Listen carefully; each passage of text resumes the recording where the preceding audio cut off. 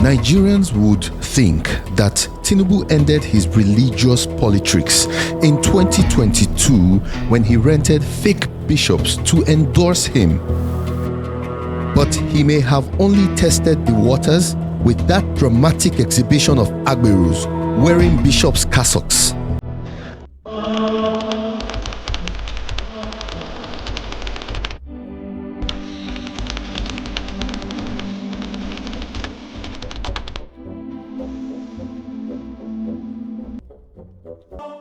When Tinubu hired those fake bishops to endorse him in 2022, it was for a strategic purpose. Within that period, he desperately needed to trick Nigerians and suppress their burning anger and disgust over Tinubu's Muslim ticket with Shetima.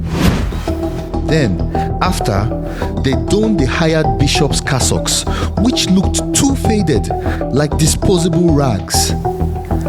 How they lined up like Almajiri children who queued to collect sugarless pap and one-piece akara in Buhari's feeding scheme, while their bodies effused salty sweat, proved that they were picked from the streets to queue in line as priests. Everyone laughed over the funny drama, although it was disgusting.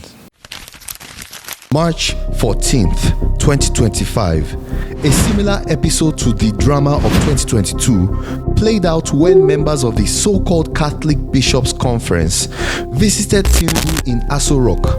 This time, they are original Catholic bishops. Although the event of March 2025 may differ slightly from that of 2022, it is only in the fact that the bishops this time were not fake and their visit is not for election.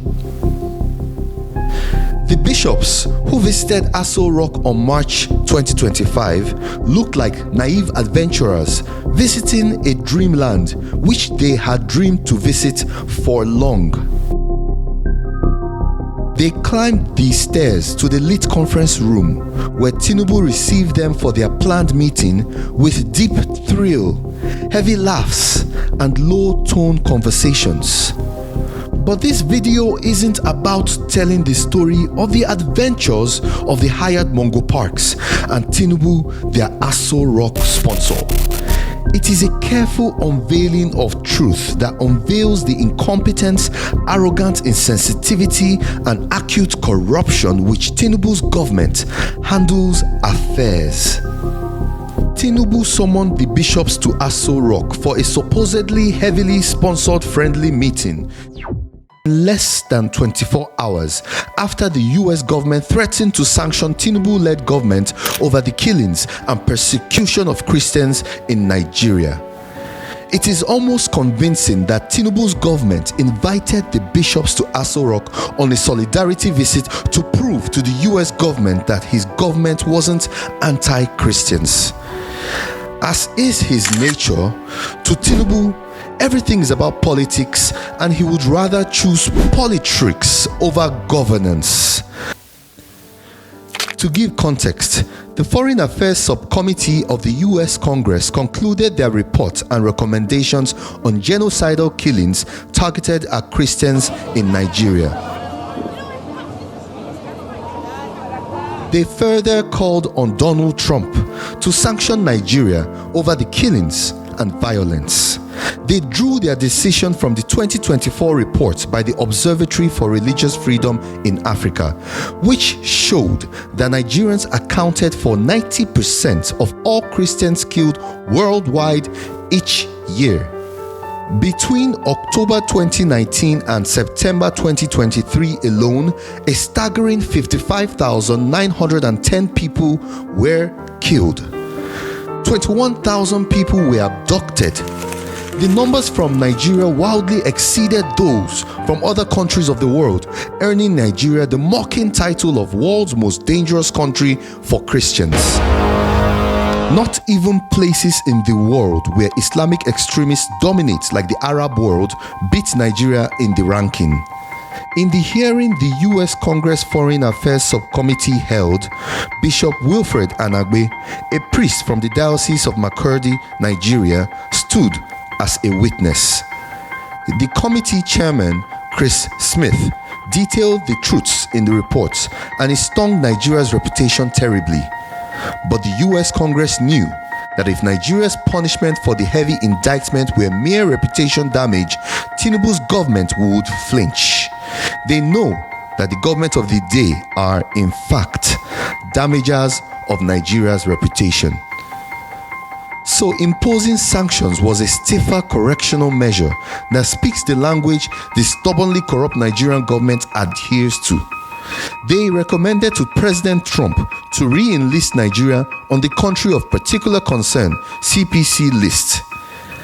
In December 2020, Trump, in his first tenure, marked Nigeria as a Country of Particular Concern (CPC).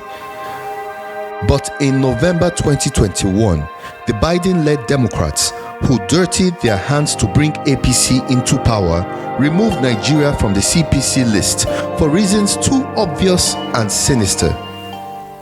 Now, the US Congress wants Trump to not only return Nigeria to the CPC list, but impose stiffer sanctions as religious persecution and attacks have worsened. By Nigeria's time, the news broke in the early hours of March 14th. By evening, bishops were already lined up in Aso Rock to scream to the US and the world that Tinubu's government of Nigeria promotes religious unity and tolerance. What better context can this be explained if not as a classic clownish politrick the Aso Rock head is reputed for? Rather than address the damning concerns inked in the Observatory for Religious Freedom in Africa reports, which exposes how citizens' lives and properties are wasted in senseless attacks in Nigeria, he and his government chose to play hideous politricks, typical of them. Like and share this video if you are informed. Subscribe to this channel for the next video. Free Life Media.